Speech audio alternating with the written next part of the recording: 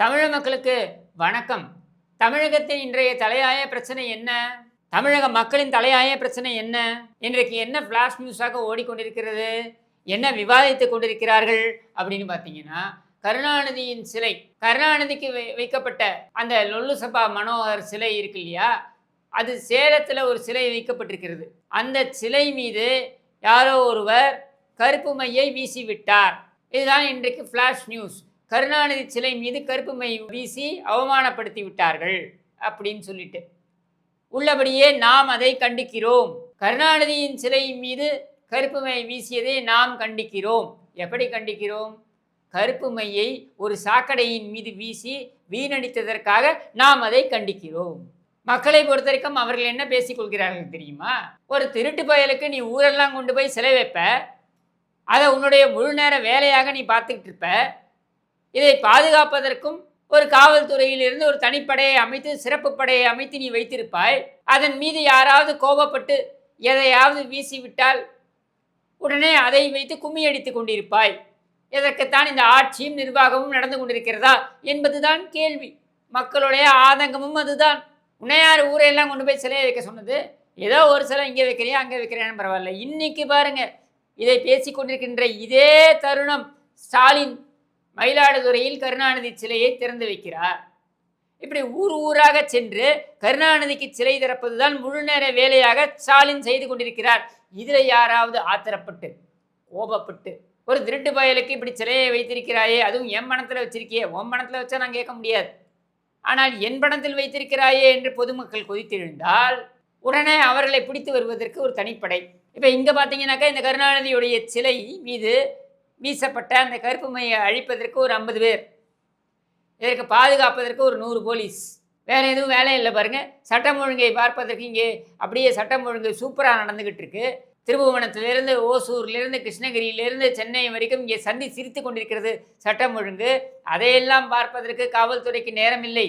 காவல்துறையை பொறுத்த வரைக்கும் கருணாநிதி சிலை மீது யார் மை அடிக்கிறார்கள், ஸ்டாலின் போஸ்டரின் மீது யார் செருப்பை வீசுகிறார்கள், இதையெல்லாம் பார்ப்பது தான் காவல்துறையோட வேலை. நீ ஒழுங்காக உருப்படியாக ஆட்சி நடத்தியிருந்தால் இந்த பிரச்சனையே கிடையாது. சரி, அப்படி இவர்கள் விசாரணை நடத்தி அரை நாளில் கண்டுபிடித்து விட்டார்கள். குடிநீரில் மலத்தை கலந்தான் என்பதனை கண்டுபிடிப்பதற்கு 1 வருடத்துக்கு மேலானது. ஆனால் கருணாநிதி சிலையின் மீது யார் அந்த மையை வீசினான் என்பதை கண்டுபிடிப்பதற்கு 2 மணி நேரத்தில் கண்டுபிடித்து விட்டார்கள். யார்? 77 வயதான ஒரு முதியவர், ஒரு மருத்துவராம். அவருக்கு என்ன கோபமோ, எல்லாருக்கும் தானே கோபம் இருக்குது இந்த கேடுகட்ட குடும்பத்தின் மேலே. அவருக்கு என்ன கோபமோ அவர் அதை வீசியிருக்கிறார். இதை 2 மணி நேரத்துக்கு முன்னால் கண்டுபிடிக்க முடிகிறது. ஆனால் வேங்கை வயலில் மக்கள் குடிக்கின்ற குடிநீர் அதில் மலத்தை கலந்திருக்கிறார்கள் அப்படின்ற நிலையில் அதை குடித்து உடல் உபாதை வந்து மருத்துவமனையில் அவர்கள் அனுமதிக்கப்பட்ட நிலையிலும் கூட 1.5 ஆண்டுகளுக்கு மேலாக நீ கண்டுபிடிக்காமல் அதற்கு பின்னர் யார் புகார் கொடுத்தார்களோ அவர்கள் மீதே நீ வழக்கை பதிவு பண்ணுற. வழக்கை எப்படியாவது பதிவு செய்து முடித்து வைக்க வேண்டும் என்பதற்காக. எப்படி இருக்கு பாருங்க. செந்தில் பாலாஜியுடைய ஓடி போன அந்த தம்பியை கண்டுபிடிக்க முடியல, அவனா வந்து சரண்டர் ஆகும் வரையில். ஆனால் போஸ்டர் மீது, ஸ்டாலினுடைய போஸ்டர் மீது, அட படுபாவி, என்னுடைய வாக்கை வாங்கி கொண்டு நீ முதலமைச்சராக உட்கார்ந்துருக்கியே, ஆனால் எனக்கு ஒரு ரேஷன் கடையில் ஒரு அரிசி கூட ஒழுங்காக கொடுக்க மாட்டேங்கிறானே, இதுக்கும் நீதான் காரணம் என்று சொல்லி கோபத்தில் ஆத்திரத்தின் வெளிப்பாடாக ஒரு மண்ணை வாரி எரிந்தால் அதை ஒரு இளைஞன் வீடியோ பதிவு பண்ணிட்டான் அப்படின்றதை, அது பரவிடுச்சு அப்படின்ற ஒரே காரணத்திற்காக அந்த இளைஞனை கன்னியாகுமரி வரையில் சென்று சிறப்பு படையை அமைத்து பிடித்து தூக்கி வருகிறார்கள். அந்த பாட்டியை பிடிப்பதற்கு தனிப்படையை அமைக்கிறார்கள். சட்டம் ஒழுங்கில் இங்கே இதே காவல் நிலையங்களுக்கு சென்று என்னுடைய குழந்தைக்கு பாலியல் பிரச்சனை ஏற்பட்டிருக்கிறது, பாலியல் துன்புறுத்தல் ஏற்பட்டிருக்கிறது, பாலியல் பலாத்காரம் ஏற்பட்டிருக்கிறது என்று சொன்ன பெற்றோர்களை அடித்து உதைக்கிறார்கள். அவர்கள் மீது அந்த கரிசனம் வரவில்லை. கருணாநிதி சிலை மீது இருந்த கரிசனம் ஏன் இவர்கள் மீது வரவில்லை அப்படின்ற கேள்வியை நாம் கேட்க முடியாது. ஏனென்றால் இவர்கள் ஆட்சியாளர்கள், இவர்கள் நினைத்ததை செய்யலாம். சிலை எப்பொழுதுடா பேசியது முட்டாள் என்று கேட்ட கருணாநிதியுடைய சிலைக்கு பாதுகாப்பு, ஆனால் இங்கே உயிருடன் நடமாடிக்கொண்டிருக்கின்ற மக்களுக்கு பாதுகாப்பு கிடையாது. ஒரு பெற்ற தாய், அவர் கண்முன்னே அந்த மகன் துன்புறுத்தப்படுகிறான் திருபுவனத்தில். நாங்கள் விசாரணையை முடித்து வீட்டுக்கு அனுப்பி வைக்கிறோம் என்று உத்தரவாதத்தை கொடுக்கிறார்கள். காவல்துறையினரா என்பது கூட தெரியாது. எல்லாம் மஃப்டியில் இருக்காங்க. போலீஸ் ஸ்டேஷனில் இது நடக்கலை. அவ்வாறு வீட்டுக்கு சென்ற தாய்க்கு அடுத்த நாள் செய்தி வருகிறது. என்ன வருகிறது? அவருடைய மகன் இறந்து விட்டான் என்கிற செய்தி வருகிறது. அடித்தே கொண்டிருக்கிறார்கள் இந்த பாவிகள். கடத்தி கொண்டு போய் அடித்தே கொண்டிருக்கிறார்கள். யாருடைய உத்தரவின் பேரில் கொன்றார்கள் என்பது தெரியாது. இது விசாரிக்க வேண்டும். உரிய விசாரணை இன்றைக்கு சிபிஐயின் கையில் இருக்கிறது. ஆனால் இது சம்பந்தப்பட்ட பெண் நிகிதா. எதுவுமே நடக்காதது போல அடுத்த நாள் பேராசிரியர் பணியை துவங்குவதற்கு அவர் பல்கலைக்கழகத்திற்கு செல்கிறார். அங்கே தலைப்புச் செய்தி வருகிறது. நிகிதாவிற்கு உற்சாக வரவேற்பு கொடுத்த நபர்கள் மீண்டும் பணிக்கு திரும்பினார். என்ன பெரிய ஜான்சி ராணி அப்படியே போய் வெள்ளையர்களை எதிர்த்து போராடி விட்டு திரும்பி வராங்க கோட்டைக்கு. இவங்களுக்கு வரவேற்பு வேற கொடுக்குறாங்களாம். என்ன அயோக்கியத்தனம்! இதுவரையில் அந்த நிகிதாவை அழைத்து விசாரித்ததாக தெரியவில்லை. அப்போ யார் அந்த பெரிய மனிதர்? எதற்காக இந்த கொலையை செய்திருக்கிறார்கள்? எதற்காக இந்த உத்தரவு பிறப்பிக்கப்பட்டது? யார் அந்த உத்தரவை பிறப்பித்தார்கள்? எதுவுமே தெரியாது. இன்றைக்கு அந்த இத்து போன, அல்லது இன்னும் சொல்ல வேண்டும் என்றால் செத்து போன கருணாநிதிக்கு வைக்கப்பட்ட அந்த இத்து போன சிலைக்கு இருக்கின்ற கரிசனம் அங்கே கொலை செய்யப்பட்டிருக்கின்ற அந்த மகனுக்கு கிடையாதா? அவரை பெற்ற அந்த தாய்க்கு கிடையாதா? அது மட்டும் ஒரு ஃபோனில் சாரிம்மா அப்படின்னு உங்கள் அப்பனுடைய, அதாவது செத்து போன உங்கள் அப்பனுடைய இத்து போன சிலை மேலே மையடித்ததே உங்களால் தாங்கிக்க முடியல. அவர் 75 வயது முதியவர் ஒருவரை கைது செய்திருக்கிறார்கள். அவர்தான் அதை செய்திருக்கிறார் அப்படின்னு முடிவெடுத்து அவரை கைது செய்திருக்கிறார்கள். துரிதமாக நடவடிக்கை எடுத்தியே இதே துரிதமான நடவடிக்கையை ஏன் நிகிதாவை விசாரிப்பதில் நீ காண்பிக்கவில்லை? உங்கள் அப்பா தான் செத்து போட்டாங்க. ஆனால் அந்த தாய் இன்னும் உயிரோடு தானே இருக்காங்க.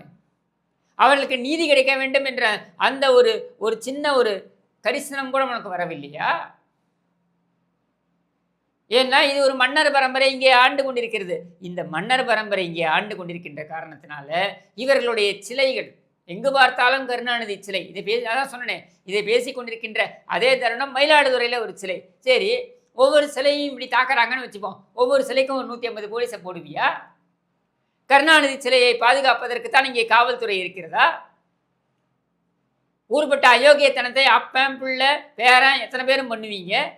கோபத்தின் வெளிப்பாட்டை மக்கள் ஒவ்வொரு இடத்துலையும் அது தென்பட்டால் உடனே அங்கே வந்து காவல்துறையை அனுப்பி அடக்குமுறையில் ஈடுபடுவீர்களா?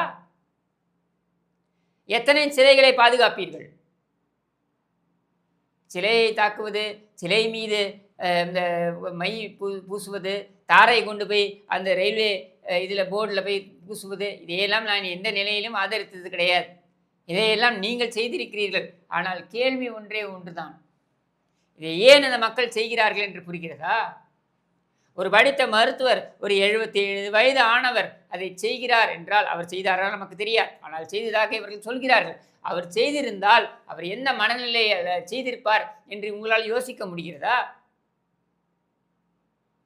இங்கே தாம்பரத்தில் பக்கத்தில் அந்த உணவு விடுதியில் அடுத்த காணொளி அதை பற்றி தான் பேச போகிறேன் நான். தாம்பரத்தில் அந்த உணவு விடுதியில், அதாவது சத்துணவு கூடம், உணவு விடுதி கிடையாது, சத்துணவு கூடம். சத்துணவு கூடம் பார்த்தீங்கன்னா ஒரு பப்ளிக் கக்கூஸ் கூட அதை விட சிறப்பாக இருக்குங்க. அவ்வளோ மோசமாக இருக்குது. அந்த குழந்தைகள் அங்கே சமைக்கப்பட்ட அந்த உணவைத்தான் உண்கிறார்கள். உன் வீட்டில் இருப்பவங்க சாப்பிடுவாங்களா? வீடியோ எடுத்து போட்டியே, அந்த வீக் மேகசினா ஏதோ ஒரு இதுக்கு ஒரு பேட்டி கொடுக்குற மாதிரி வீடியோ எடுத்து போட்டியே, நீ மட்டும் பல்சாக கொண்டு தின்றையே. உன் வீட்டம்மா பரிமாற நீ மட்டும் பல்சாக கொண்டு தின்றல. அதே தான் அந்த குழந்தைங்களுக்கும் பொருந்தும். உன் வீட்டு குழந்தைங்க அங்கேருந்து சமைச்சு சாப்பாடை சாப்பிடுவாங்களா? இவங்கெல்லாம் ஓட்டு போட்டு தானே நீங்கள் அங்கே வந்து உட்காந்துருக்க. கொண்டு போய் கொற்றையை ஓடாத கல்தேருக்கு, அந்த வள்ளுவர் கோட்டத்தில் ஓடாத கல்தேருக்கு ஒட்டடையை அடித்து சுண்ணாம்பு பூசுவதற்கு 80 கோடி ரூபாய் தண்டம் எழுதாயே. அங்கே தாம்பரத்தில், இதே சென்னையில் நுங்கம்பாக்கத்தில் நீ அதை செய்தாய், 80 கோடி செலவு செய்தாய். இதே தாம்பரத்தில் ஒரு சத்துணவு கூடத்தில் அந்த குழந்தைகள் கக்கூசை விட ஒரு மோசமான ஒரு இடத்தில் சமைக்கப்படுகின்ற அந்த உணவை உண்ண வேண்டிய ஒரு நிலைக்கு தள்ளப்பட்டிருக்கிறார்களே, அதற்கு நீ என்ன செய்தாய்? இதுதான் ஆட்சி அதிகாரமா? அப்புறம் கருணாநிதியோடைய சிலை மீது மை அடிக்காமல் வேற என்ன பண்ணுவாங்க?